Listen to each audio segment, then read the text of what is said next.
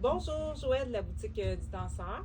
Aujourd'hui, on va parler d'un sujet qui est très délicat, que j'ai longtemps hésité à en parler, la diversité corporelle.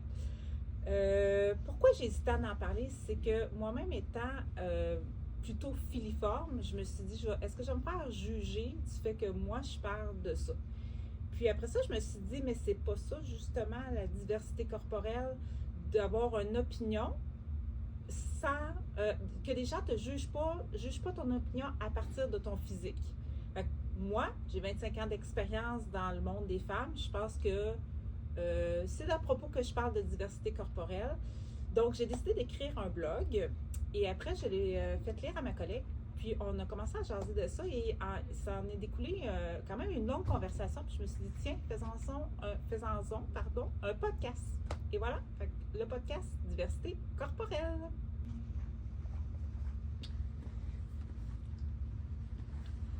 Donc, je vous présente Lénie.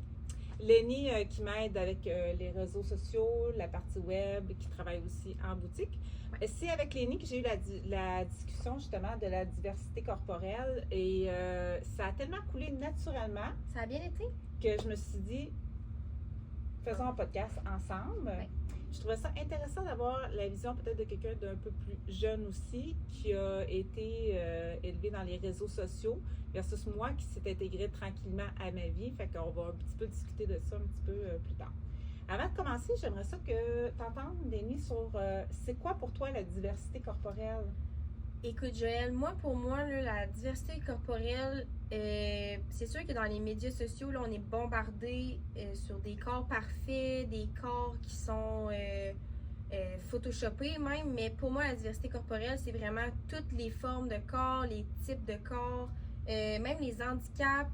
On peut même parler jusqu'à la vieillesse, toute cette étendue là, de diversité. Qui, je pense pour moi, là, c'est vraiment ça, la couleur de peau, les cheveux, ça va vraiment de tout ce qu'on a là, sur soi. Là, je pense que c'est pas mal ça. Je trouve ça intéressant qu'est-ce que tu dis parce que souvent on pense diversité corporelle nécessairement égale poids. Okay? Oui, je suis d'accord. Parce que oui, dans les dernières années, on a beaucoup eu des modèles de femmes plus minces dans les médias sociaux.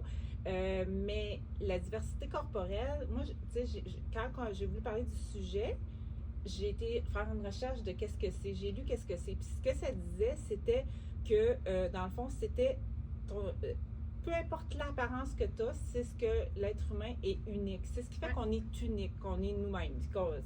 Chacun a sa diversité corporelle différente. Diversité, on le sait. Il y a tellement un large spectre de différences qu'on peut avoir que c'est à l'infini. C'est ça. Fait que, de là où je me disais, OK, là, on parle beaucoup dans les médias sociaux de représenter la femme un peu plus ronde, mais je pense que c'est au-delà de ça. Ouais. Et moi, je me pose la question à quel point que oui, on veut représenter une plus grande diversité corporelle dans les médias sociaux, mais est-ce qu'on est vraiment prêt à ça?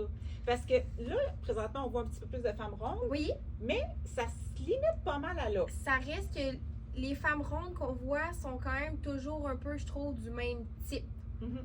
On n'a pas nécessairement une femme ronde qui va être plus petite, plus grande, avec un handicap ou peu importe. C'est une 5 et 8 du même genre de poids. Oui, c'est ça. C'est tout le temps comme la ronde parfaite. La ronde parfaite, oui, c'est ça, exactement. Tu la verras pas beaucoup avec des vergetures, avec, elle a eu des enfants.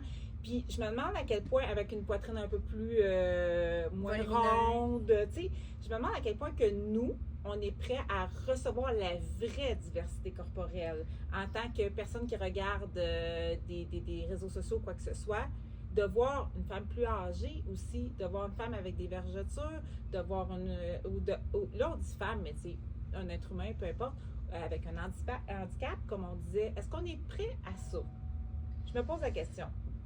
Je pense que pour être prêt, il va falloir éduquer sur la diversité corporelle dès le plus jeune âge. Là. Aussitôt qu'on va pouvoir comme, avoir une opinion ou quoi que ce soit, il va falloir qu'on soit capable d'être ouvert d'esprit, puis de se renseigner, de lire, de vraiment comme s'ouvrir là, pour pas qu'on se ferme non plus. Là. Faut vraiment garder un spectre qui va être large, puis la diversité, il va vraiment falloir qu'on l'enseigne, je pense. Ça va être quelque chose qu'il va falloir qu'on enseigne tout court pour qu'on puisse respecter. Mais tu sais, c'est parce que ça va plus loin que ça, parce que je pense que la diversité corporelle, oui, c'est quelque chose que tu dois enseigner, d'accepter tout le monde, d'accepter que chacun est unique, mais ça part de plus loin aussi, c'est d'inculquer, mettons, aux enfants que une saine relation avec le sport, une saine relation avec l'alimentation, parce que ça part tout de là aussi, là. Tu sais, le problème d'être confronté puis de pas être capable de recevoir et de percevoir les gens comme corrects, même s'ils répondent pas à tes standards de beauté, c'est que clairement, c'est un peu de la projection, je veux pas, là. Ouais. Tu sais, si toi, t'es pas à l'aise avec ton alimentation, mettons, que quelqu'un d'autre le soit puis mange un peu plus que toi, ben là, tu peux avoir des préjugés sur elle, tu sais, mais c'est bien plus large que ça. Mais l'éducation part de l'exemple. Et ça, pour moi, c'est super important. Si en tant que personne, tu t'acceptes pas, tu t'autocritiques, tu es toujours sur un régime, puis tu montres ça à tes enfants. Tu dis pas ce que tu veux leur enseigner, mais veux pas, toi, tu le fais. C'est sûr qu'après ça, l'enfant, il veut pas, il va aussi avoir de la difficulté à s'accepter. Fait que je pense que c'est vraiment de génération en génération, mais aussi de société, vraiment de société, d'apprendre à s'accepter. Écoute, là, on parle vraiment de quelque chose de un gros morceau. Un gros morceau. Puis, tu sais, encore là, les réseaux sociaux nous aident pas, c'est sûr aussi, parce qu'on a toujours une projection du même genre de modèle. Fait que c'est dur de s'accepter dans ce temps-là. Mais il n'y a pas que les réseaux sociaux. Oui, il y a une grande part de ça, mais je pense que ça part de nous-mêmes. C'est un travail personnel aussi, là, quand même. Il faut partir de si quelqu'un dans sa perception qui s'aime pas, juste le travail à faire pour réussir à s'accepter, c'est déjà un gros bout à faire. Fait que je pense que commencer par ça aussi, ça peut être avant de le montrer, c'est comme une relation un peu difficile, là, mais c'est une relation avec toi-même. C'est ça, c'est une relation avec toi-même que tu dois accepter, que tu dois prendre conscience, puis c'est pas quelque chose qui est nécessairement facile de le faire non plus, là, c'est difficile. Mais c'est le cheminement d'une vie, parce que même quelqu'un qui dit qu'elle s'accepte complètement puis qu'elle est à l'aise avec la diversité corporelle, elle a des saines habitudes de vie et tout, ça veut pas dire qu'elle va pas avoir une mauvaise journée, là, comme n'importe qui. Non, exactement. Mais moi, ce que je remarque aussi avec toutes les années, tu sais, oui, c'est sûr, on se cachera pas que on n'a pas beaucoup de photos à montrer avec une grande diversité corporelle. Souvent, on a les photos fournies par les compagnies, puis quand on en a avec comme de modèles différents, on est super content de les mettre sur les réseaux sociaux. Mais c'est pas ceux-là qui sont souvent le plus likés ou le plus aimés. Fait que je pense qu'on est tellement habitué d'avoir un type de personne que quand ça ne cadre pas là-dedans, on dirait que notre œil est juste comme pas encore habitué puis prêt. Fait que, tu sais, je pense qu'aussi en mettant de plus en plus, on va être plus habitué, mais essayez nous autres aussi de voir au-delà de ça aussi, de défaire cette mentalité-là aussi, tu sais, de vraiment... souvent, quand on met des personnes différentes, les likes, c'est plus comme... Ils disent pas, mettons, le maillot, il est beau. C'est plus comme, merci de mettre des personnes différentes. Mais, tu sais, au-delà de ça, on met pas juste ces modèles-là pour ça. C'est parce que on peut les trouver belles, puis c'est important de les trouver belles. Moi, tu sais, j'en ai vu passer toutes les formes de corps. Puis les femmes, comment ils se critiquent. Puis je me dis, hey, moi, je suis capable de voir qu'elle est belle, elle a ça. Je trouve ça dommage qu'elle-même ne le voit pas.